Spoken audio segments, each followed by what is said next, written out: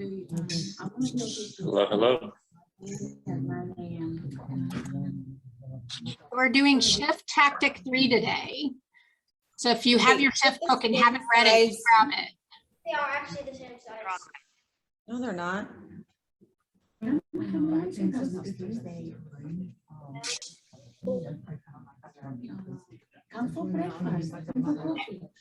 Just working on letting people in. All right. So who has read shift tactic 3? Angie? Abby? Are we doing 12 too or just 3? We were going to do 3 and 11, but let's get through 3. The 3 may take our whole call today, and if not, then we'll jump into 11. Yeah, oh, Oh, I'm sorry. You're right. No, it was 12. So tactic 3, do more with less.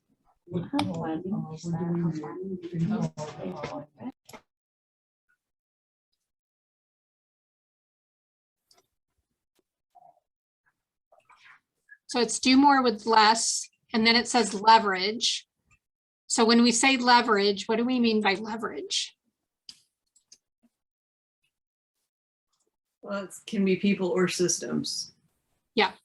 Or, and they don't say this in here, people, systems, or tools. Right. Yeah.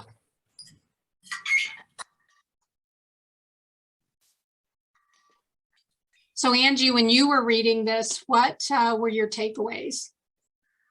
Well, again, some of that is just that the idea about top grading people and trying to level up. And of course, some of my thoughts on it, not necessarily a takeaway, was, wow, that's even particularly challenging. You're dealing with a shift in the market and the business, and tensions are high, and the need for really top talent, you know, it's really hard to get people right now. So just, that's a really unique challenge there. Yeah. But I think at other times when there's been shifts, there's been plenty of people looking for jobs. And right now, you know, unemployment's at record lows, and, you know, employers are jumping through hoops to keep people and make them happy. So. Yeah, it's always so interesting because as you look at this book, it's like they try to put everything into a book, and yet every shift is a little bit different. Because you're right, we have an odd time now in the employment market. Yeah, because a lot of times when the economy is shifting negatively, the job market is shifting negatively too, and we kind of have the inverse going on. So yeah. Although we might see that with the market, right, as it shifts, as they try to bring inflation down, right. It may shift our unemployment market. And in fact, I just heard of a couple companies who just laid off a ton of people because of the shift in market already, the rising interest rates, and it was outside of real estate. There was a really interesting article in the New York Times, though, about how for a lot of people right now, this is actually a boom time, and like they're not really talking about that, and about how, and especially people who bought their first house, you know, 5, 6, 7 years ago, like they've seen their net worth grow so much. And it's really interesting perspective too. It's like not that everything doesn't always have a counterpoint, but it's like right now there are no truths. It's like, you know, depending on who you're talking about and where you're talking about them. Yeah. Where is one area that we're very likely to see talent show up as far as leverage?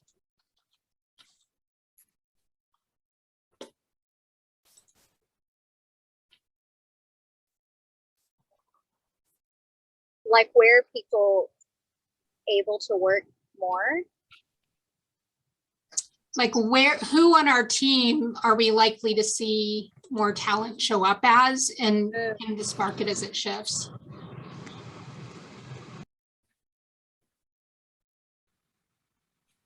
So I'm thinking agents, right?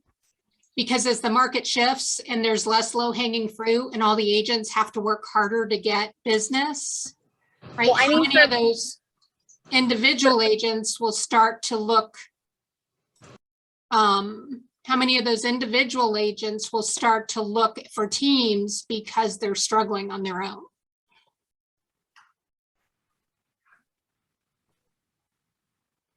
Well, or they're struggling That, to add leverage because of the job market. Well, like on the buyer side for our team, I haven't been able to get any leads because the houses that we list get sucked up before like they even hit the market. And we had an open house at our personal house. And literally every single person at the public open house was represented. Like, I don't feel like buyers in this market are just like casually like, oh, we'll just like take a stroll and go look around at how, like, they're ready, they're armed, they've got their pre-approval and their realtor. And so for me, I'm thrilled on the buyer side because I can actually do something for my people because I have no inventory. So I'm hoping inventory opens up and there's more opportunities for my buyers. I think it's going to be harder for the listing side because that's going to change.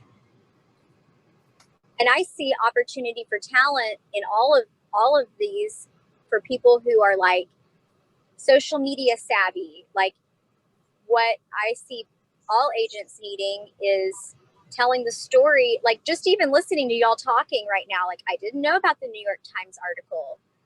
Like you were saying, Angie, I think it was you that was saying people are only talking about this one thing, but you're not hearing them talk about this other thing. So communicators on social media have an amazing opportunity to leverage like and get more business by platforms to communicate, right? And then like another opportunity that we see in Galveston, and we've been talking about how do we capitalize on this, all these Airbnbs, like people are buying groceries right now and gas. Nobody's going on vacation. And you've got two camps who used to be doing like heavy Airbnbs. These were people who were like spending a week or two or maybe a month working from the beach or the cabin because they could. Now their offices are back. People are like wanting them to be back at work. So as schools are open, their kids are in school. And then on the other hand, the airports are open. People with money and extra income are like, man, I haven't been to London in 3 years and our, river cruise got canceled. So now we can travel. So the people with money are going out. They're not going to Galveston. And the people that can go to Galveston are like, oh, snap, my gas bill is now $85 a tank when it used to be $40. I'm not driving from Dallas now. I'm going to go to Lake Texoma instead. Okay. So I've been seeing posts left and right of all these Airbnb hosts who are like, what do I do? I am getting no bookings. I have nothing for the summer. We have no rentals. Last year, I just posted this. This person said it was a cabin in like North Carolina. Last year, we had $100,000 net income, and we were 90% occupancy. We have no current bookings and no future bookings. That's huge. So Cheryl, let me just get Megan and Zach up to speed real quick since they jumped on after we already started. So we were, of course, talking about tactic number 3, and Angie brought up how upgrading talent is actually a struggle right now because our employment rate is so low. So it's interesting as we head into this shift that it's a different problem than a normal shift.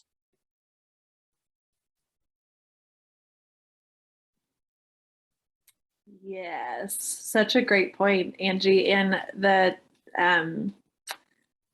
like when you think about the Great Recession, like because Angie and I are both in Austin, so we like this is a super tight labor market. But when you think about the Great Recession in general, like a lot of what's happening is people who are fully employed are leaving work for another job opportunity, right? So I was telling somebody just today, like I coach only talent, like I don't coach, like I coach only the leverage, right?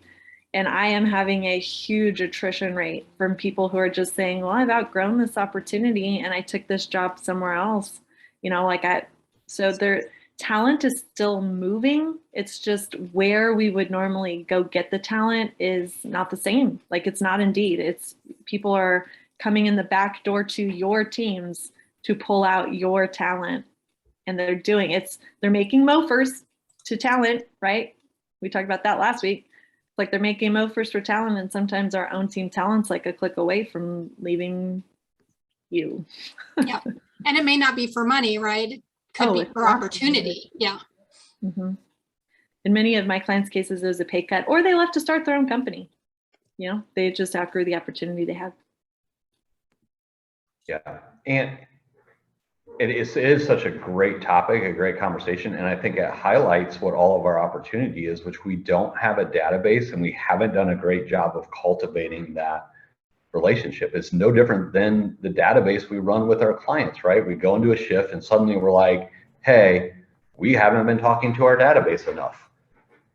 And it's no different when we look at what's going on with talent. A lot of us don't have that database of talent. We haven't cultivated the relationships. And then on the agent side, a lot of it is because what is our true value that we're bringing to them? And ideally, if you read the MREA, we provide the leads. We provide the appointments from the MREA. That's such a value that agents come in, run the play, we hand them, right? The X's and O's, if you picture a football play, they run the play and we go, you will be successful because we have a plan that's worked. A lot of us don't have that. So now you're getting into this where I'm cold calling and it's what's the value?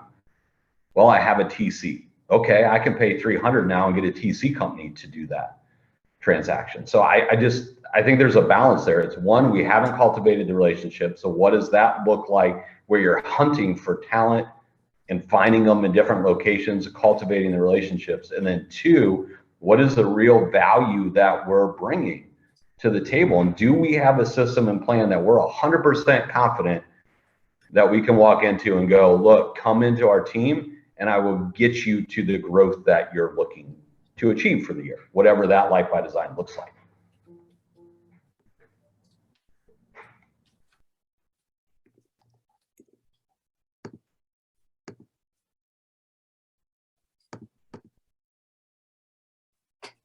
So then if we go to the 7 steps to a talent shift on page 42, I think this goes along with what Megan was saying, right? Like, how do we have talent on our team. How do we keep the talent, right? What are we doing to assess the talent, know what they want for opportunity? Well, and since here you guys are mostly all talent, I would even kick it to you guys and ask, are you telling as are you being upfront with your team about what is needed to retain you, right? Does your team know what your bigger vision is? Do they know what it is going to take to keep you in the position? And if not, how can we own some responsibility for making sure our needs are being met too before we're like attracted away by some other offer? And the grass isn't always greener, right? It looks like it's greener. Yeah, it's not always greener. So are we attracted away and then we're more unhappy in a place that we don't really want to be when we could have spoken up and been happier in the place we were?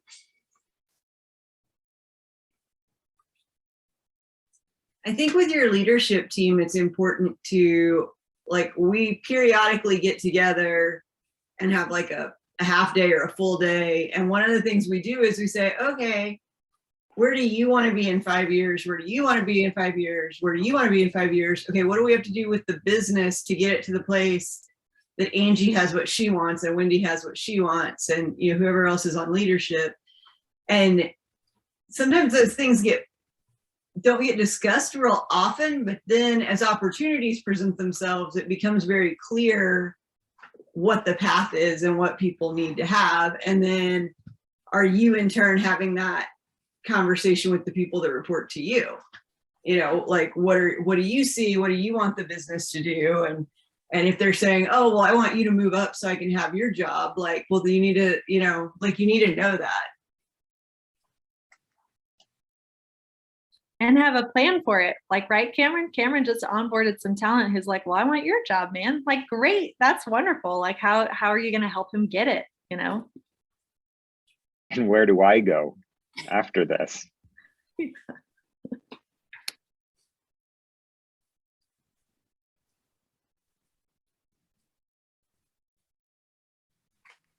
And does your rainmaker know that's where you want to go, right? That's the conversation we're having. Like, don't just leave the team if you could get everything you wanted where you are. I mean, don't tell your rainmakers I said it, but sometimes the grass is greener. Like, sometimes you should go. Let's just be like, we're all friends here. We could call it what it is.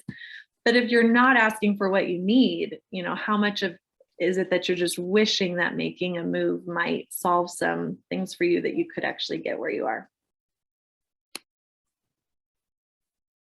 Anybody get sweaty at the thought of like saying, walking into your leadership team meeting and saying, here's exactly what I need for you to retain me? Does that make anybody like break out into hives, or everybody feels super good about that conversation?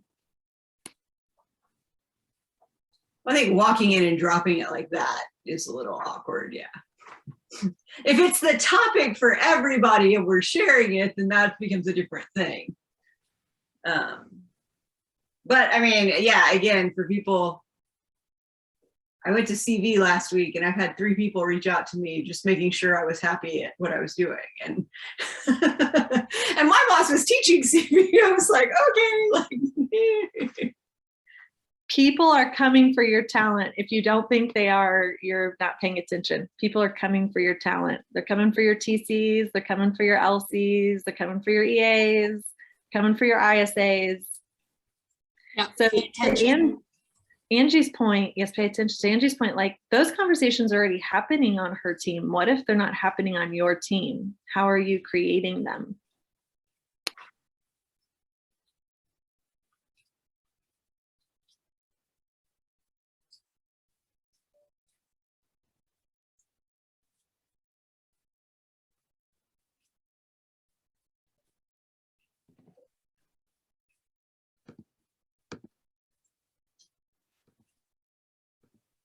Or if they're happening on your team, what do they look like?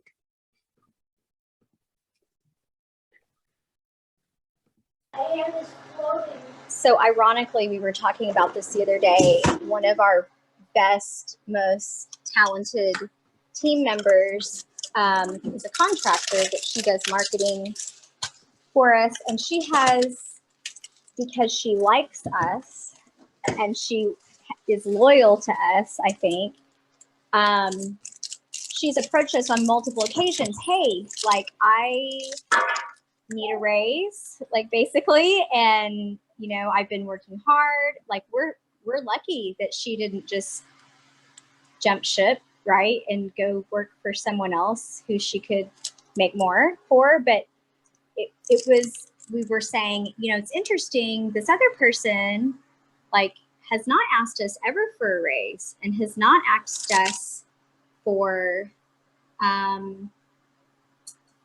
you know,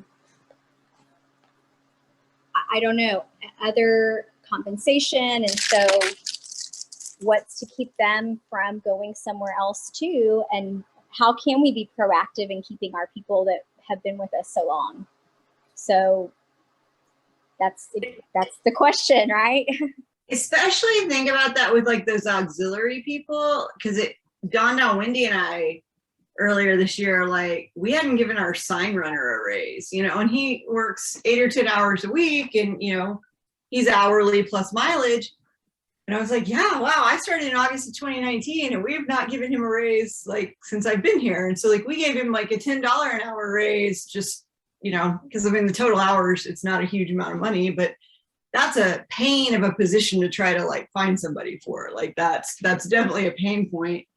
And so, yeah, look back through that. When was the last time, not just your employees, but your contractors, your auxiliary help, those kinds of things, the person that cleans your office, all of that? Well, for our showing assistants, we're heavily dependent on showing assistants. I see we pay them $50 a door. Okay, we have and felt like at least a year or two ago that was aggressive and you know, good.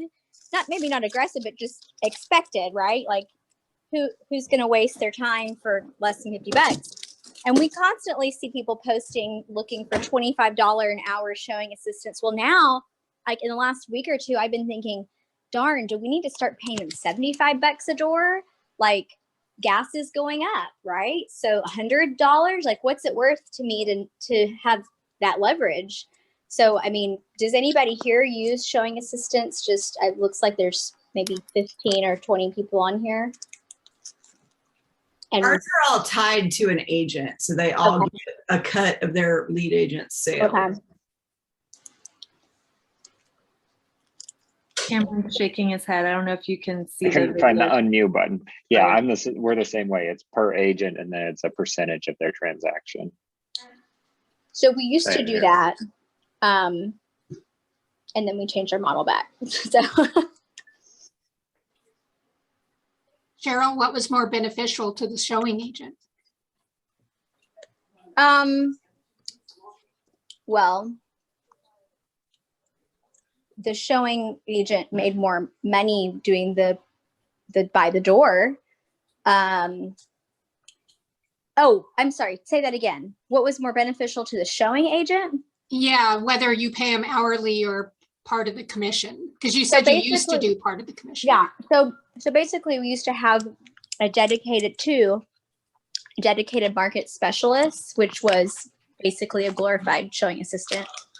And they don't work for us anymore because it was more draining, I think. And then we weren't making, like, we didn't have enough leads to give them. So it became more like advantageous for us to just say, to be like working with people who valued the extra money. Like to them, they could go work on their own, right? Like, so they had the freedom to go buy, be a buyer's agent and list other houses as an individual agent. For them, that it was like bonus money. So for me, for our system, I like this model much better because I have more control over my client. I know what's happening. But as we grow, because we will be growing, I would like to get more buyer's agents, but still use the showing agent model. It works really well for us. I like it. I feel like we have way more control. And Cheryl, it's Bree. Hi. It seems like they wanted more responsibility too, and we just weren't there yet. We weren't ready. Yeah. So good input. Y'all were talking earlier about systems and having what do you offer your talent? And, saying, hey, come on. And, we're going to we brought on buyer's agents that, market specialists who were in training to be buyer's agents, and we weren't ready. We just weren't ready. We didn't have our system set up, and they both came on at the same time and they both left at the same time, both for different reasons, and everything worked out. It was a really good learning experience for us, I would say. But I just think, now knowing what we learned, I think we can do a version of that and just modify it and make it even better. So I think it was a good learning process for me.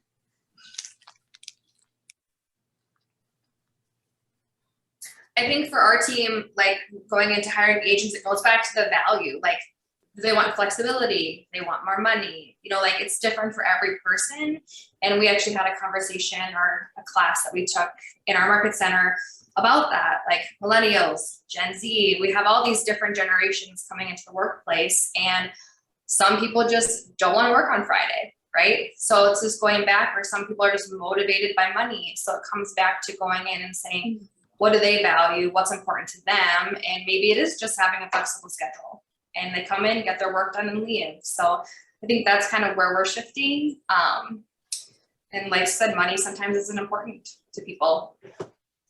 So Abby, 100%, that is kind of one of our surprises with one of our market specialists. We were paying them 15%, which Megan said was really generous as a showing assistant, And we discovered that he didn't want to work on the weekend. And he wanted to go to Dallas and out of town. And we were like, okay, so who's going to show, you're supposed to be showing my properties. Who's going to, like, it was just, yeah. So identifying, like, we didn't know later, we thought he understood that, yes, buyers want to see houses on Saturdays. And so that's what you're signing up for. And it wasn't the right fit, right? So.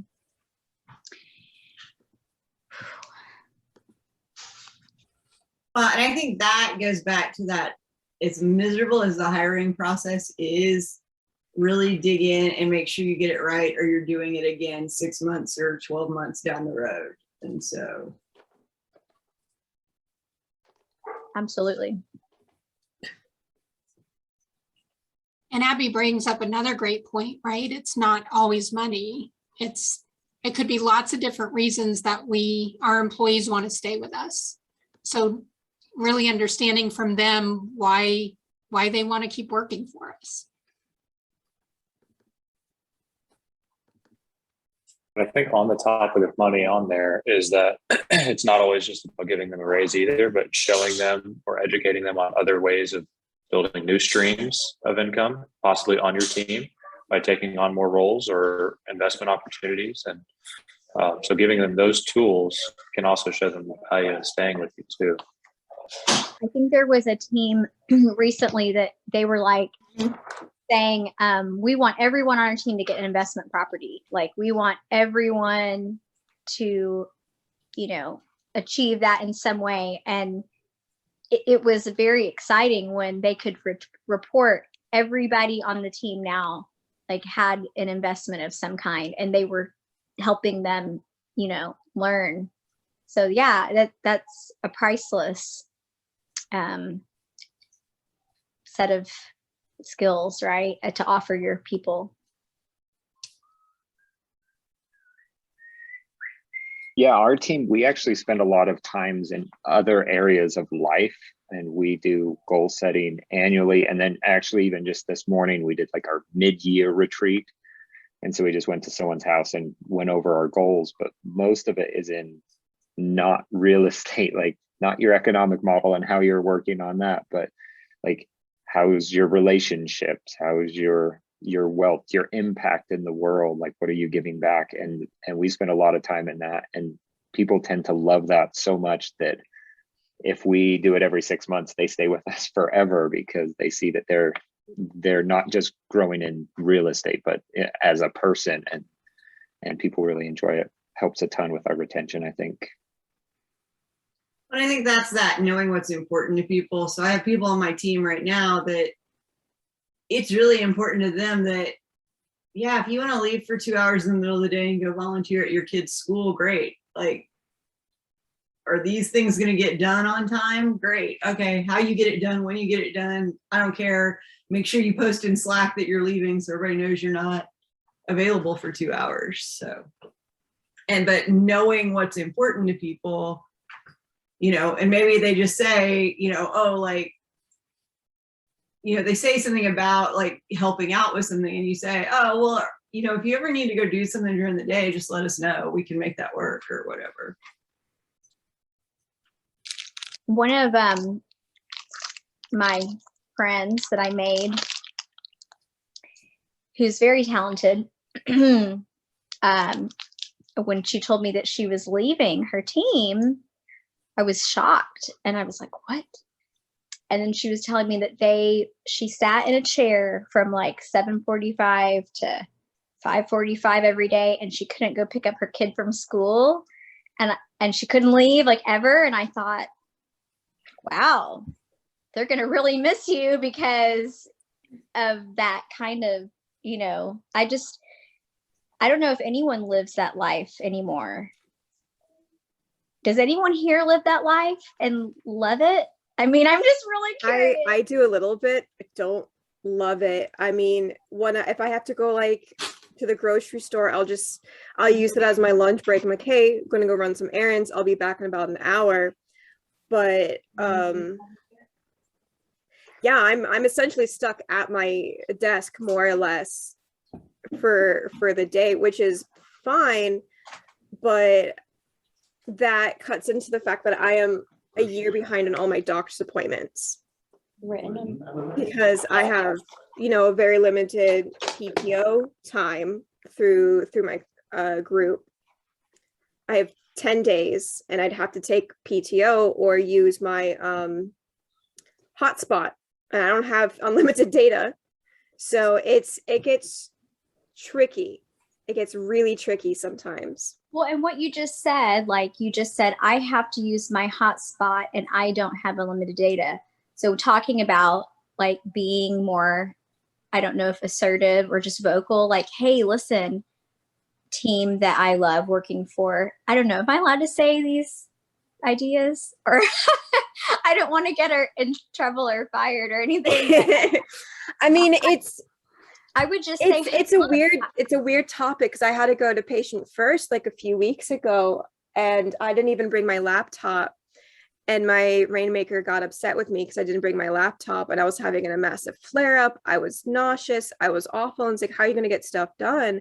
I had to literally excuse myself from patient first, tell them I'd be right back, drive 20 minutes to my apartment, grab my laptop, drive back, just in case anything happened while I was there at patient first.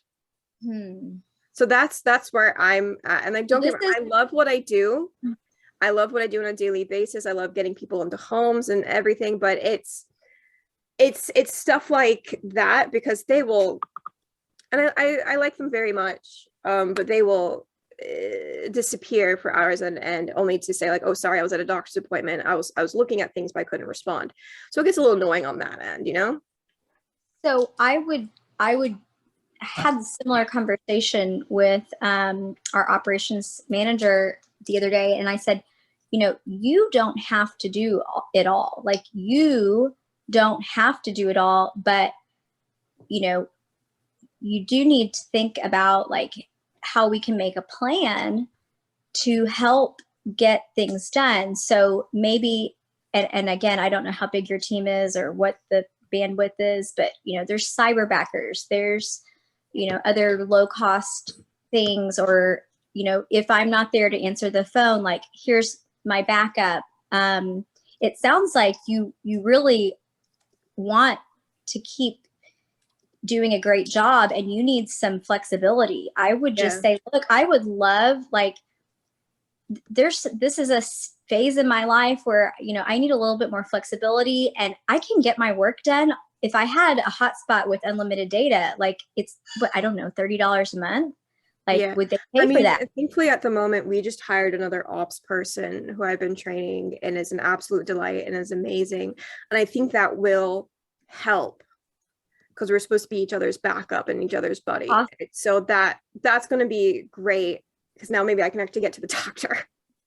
But I feel like if people just say like, I need this, like I don't want to say no, right? Like I want people to be able to have what they need. Go ahead, Angie.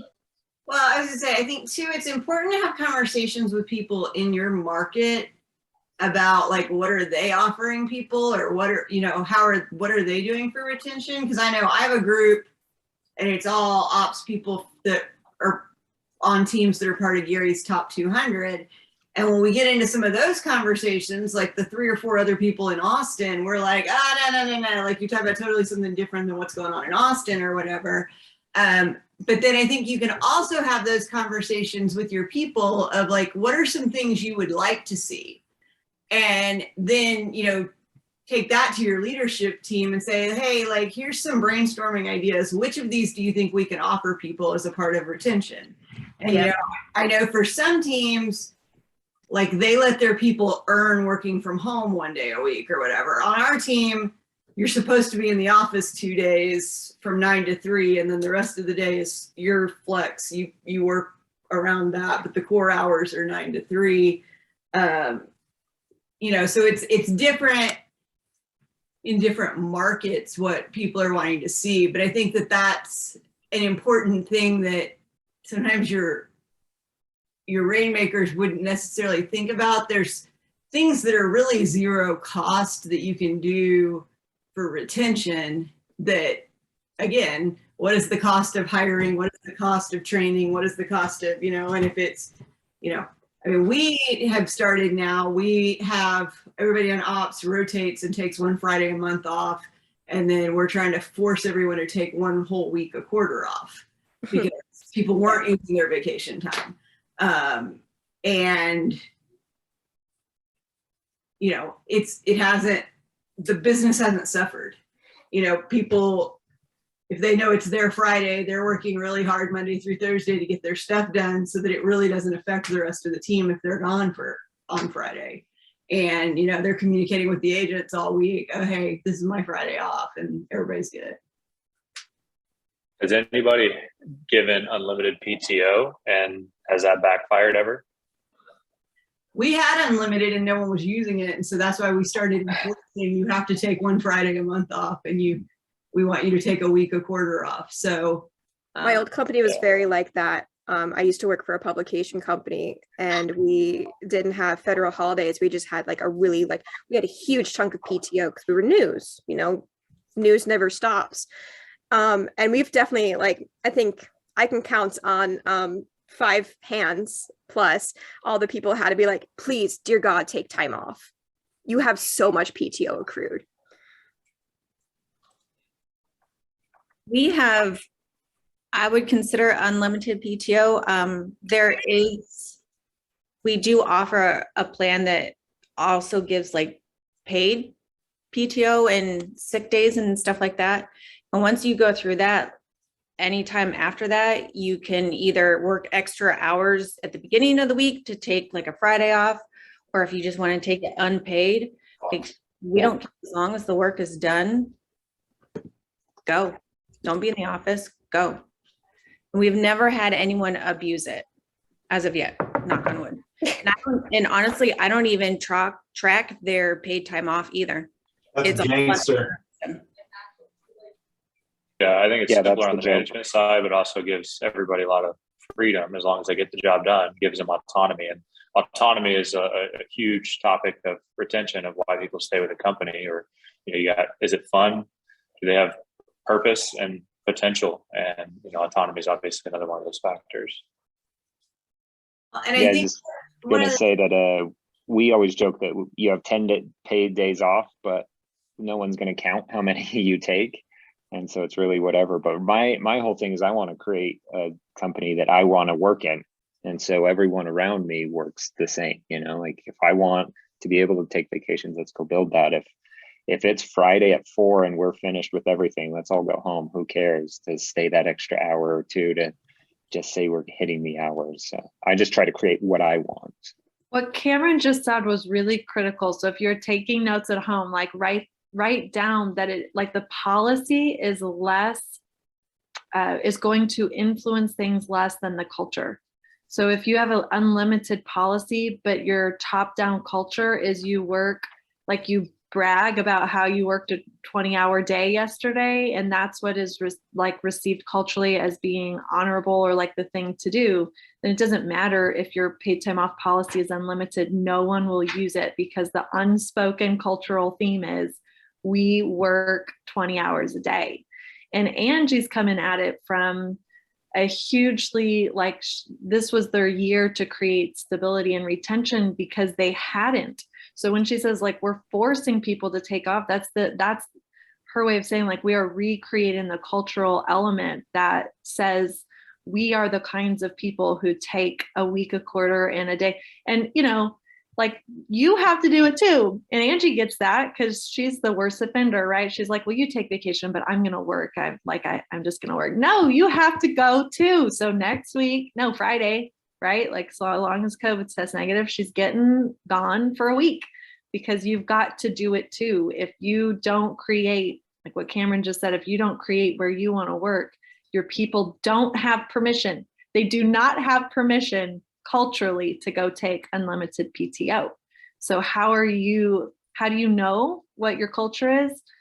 You all just answered it just now, right? Do your people take the time off or not? That's your culture. And I think it's important too to start having those conversations again about how do you win with me? You know, because as people shift and people come in and out, and I know we had a new listing manager start, and I was talking to the listing agents and saying, okay, when you do your intro call, I want you to do that. How do you win with me? Da, da, da, da. And somebody was like, well, what does that look like? And I said, well, like for me, it's don't ever be late. Like, you know, just don't be late for a meeting. Don't, you know, whatever, just that it drives me insane. And the agents looked at me and they were like, really? I never knew that about you. And it's like, oh, wow. Okay. I should, you know, like, and so I think it's important to have those conversations too, just with everybody that works together. And then, you know, like the agents know with me, and we have an understanding, like if they call or text me, like they need me now. But if they send me an email or Slack at 7 at night, their understanding is I'm going to look at it at 5 in the morning when I start checking email, you know, and they know that about, and I know, you know, like we have a rhythm there.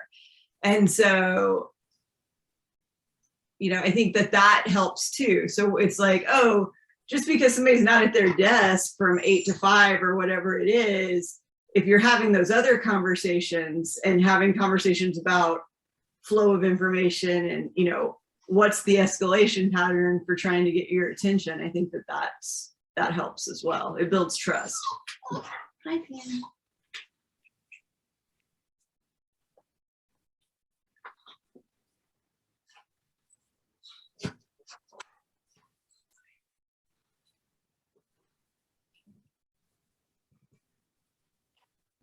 It's turned into a great conversation today.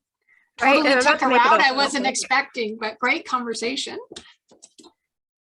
I'd like to get slightly off topic real quick because I had a question about command. I want to make sure I'm doing it right. I need a change where compliance sends response emails. How do I do that? I cannot figure that out. That's Does anyone what know? you gotta contact your MCA about. It's probably something Okay. that's going to win more. I kind of figured as much. The other thing you can do though, if it's going to your Rainmaker, you can put filters on their email so that anything that comes, you know, from whatever that address is. I forgot filters exist. Thank you. So that's another thing to do with that is the word referral. If you have anything that goes into your Rainmaker's inbox with the word referral on it anywhere, gets sent to you or to whoever the person is that handles that, it helps you catch a lot of stuff. Yeah. I'll echo that both for command and in the MLS. Then I go to a generic email that spits out filters to whoever actually needs the content, because command doesn't let you specify different people. So it all goes into one bucket and you can redistribute from there. And that's what I was trying to find, like where the heck is my Rainmaker's email? How do I change this? So I changed it on his public profile and was like, fingers crossed this works, and it didn't. I've just been spending the last few days trying to break command apart to figure it out. And I was like, let me just ask the ops people on Wednesday, maybe they know. But I will email my compliance manager. I'm like, can you just send it to this one instead?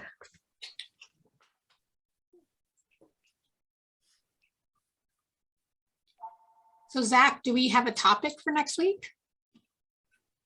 We do. We are working through shift. We'll be going to tactic 12 is what we'll be talking about next week will be our topic. What we don't have though is a book picked out for June. Oh, we never did pick out a book. We're halfway through May. We just like keep extending shift. I don't know like what happened just there.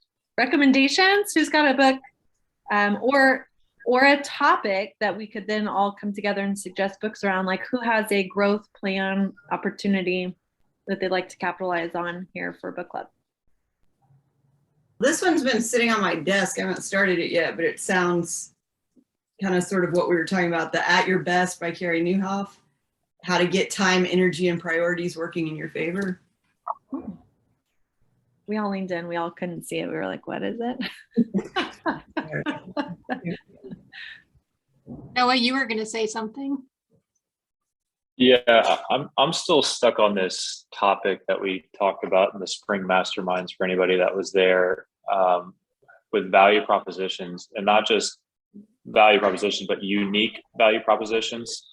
You know, again, we have 1,200 agents in our area, and everybody kind of does about the same thing. But like, absolutely 100% unique to your team or to your brand that nobody else can claim. And I didn't get a clear answer at our masterminds from the perspective of the consumer or the customer. We were talking a lot about it for the agent side, like what unique value propositions we offer our agents or potential agents, but not from marketing to the consumer. There's a couple of books that come to mind. Jim Collins' Great by Choice or Good to Great. He has a hedgehog concept, which talks about that. And then the only other book I can think of that I haven't read in many years is Blue Ocean Strategy, or Blue Ocean, I think it's called. But I don't know if anybody else has any other ones that maybe can help with that thought process, or if we even want to go down that path, because it can be a long discussion, I think. I think it's timely. It ties right into Tactic 6, right? So like when you have a clear blue ocean or a clear unique value proposition, then MOFers are easier to come up with. Mm-hmm. Abby, come to Fulton, Rockport to start your taco truck. So I'm gonna just like slide that right in there. Your blue water. Yeah, we'll do Tactic 12, and then the next one after Tactic 12 will be client unique value proposition, so we can stay away from the agent side, is what I'm hearing. No, is where we need to go. Okay. Yeah. So do we want to read, because then Zach, we're in the first week of June, do we want to read Blue Ocean to go along with that topic? Noah, have you read The Lean Startup? You said Lean Startup? The Lean Startup, yeah. And then I think the follow-up to that is Running Lean. And a lot of what it's talking about is like for startup companies, but really for a lot of real estate teams, you sort of run like a startup, and they spend some time on unique value proposition in there, but it's also just sort of about, iterate, adjust, iterate, measure, adjust, just kind of that whole cycle there, that might help you. I don't know for everybody else, but just for what you're talking about in particular. Yeah, and the reason I I bring it up in these mastermind groups is because ultimately you don't have to be the only one in the industry doing it. You just have to be the only one in your market doing it, right? And it's like I don't have to be the first in the industry to bring something in, but I just have to be the first in my market. And so I think that's where the validity of these types of groups can come in, is like, well, what is everybody else doing? And what does everybody else identify as their UVP? And what do they market at? Or is everybody just saying, yeah, we sell and buy homes? What's your message? What is your thing? But anyway, I'll look into that book because I've never heard that one either. Yeah, I think this goes back to Start With Why also, which is a book that we did a while ago. Yeah. So do we want to do, Zach, so that'll be the June 1st call. So do we want to just cover that topic, or do we want to tie a book to the topic? And what do you guys want to do as a group?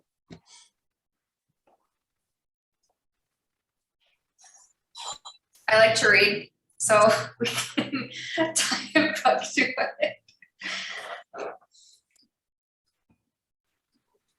Okay, we have 2 topics on the table, so we have a couple minutes left, so let's do this. So next week, we're gonna do Tactic 12. The week after that is Ask an Ops Coach. So that's our bigger mastermind. So if you're looking for like that 30% where we're just like pure chaos topic, you like on the moment we pick. Then the week after that would be our normal book club. So we have, Angie, I forget the name of your book, but basically it sounds like energy and how energy leads to efficiency. What's the name of it? It was At Your Best. At Your Best. Okay, so like showing up at your personal best to perform your personal best is sort of the topic genre, sounds like. And we have making offers like making offers for immediate response, and like what's your unique value proposition to position you for that. So which of those, let's take a vote. Personal best first, because we can cover both, but which one do we do first? So personal best, at your best, for June book club. Hands raised, just Angie. Nobody wants. Anyway, so it doesn't really, you know. Okay. I don't have it sitting here like I'm going to read it. Right. Unique. Well, I'm totally with you. I'm always like, how can I double up? What's on my reading list? Unique value proposition. Okay, 3, 4. Okay. So unique value proposition takes the cake. Do we want to do it from an iterate, like a lean, like Six Sigma lean issue? Do we want to do it from a marketing, finding a blue market positioning? Like, are we looking for untapped marketing strategy? Or are we looking for the like honing strategy? So client specific unique value propositions is the way Noah had stated it at the Spring Masterminds. Yes. Yeah, I like that idea. So which perspective do we want to come at that from? The iterate perspective or the find a blue market, which just means basically zero competition perspective? So raise your hand for blue market or competition positioning. Raise your hand for iterate. Nobody has any thoughts or ideas about, okay, iterate. Iterate takes 2, so we'll go iterate. I couldn't vote because every time I read those books, I just want to start a new business. Well, that's on brand for Cameron, yeah. Okay. All right, so if I understand it, we have a book for June 1st, but then client-specific unique value proposition is going to be on the 8th? No, it's the same thing. The book and the topic go together. So the book is about the topic, Zach. Yes. So Startup Entrepreneurs Continuous Innovation is also about unique value propositions. So we've merged them together. So the book will be Startup Entrepreneurs Continuous Innovation, and we'll specifically come back to book club there to talk about the unique value proposition position. Nailed it. We have 4 minutes left. So Tactic 12 next week, Askonauts Coach the week after, and then book club, Startup Entrepreneurs, and the link is in the chat in case you didn't catch that for that book. Which book? The first one you put in, right? The startup one that you put in, Angie. Okay, the lean startup. Okay, yeah. Lean startup, yeah. Okay, gang. See you next week.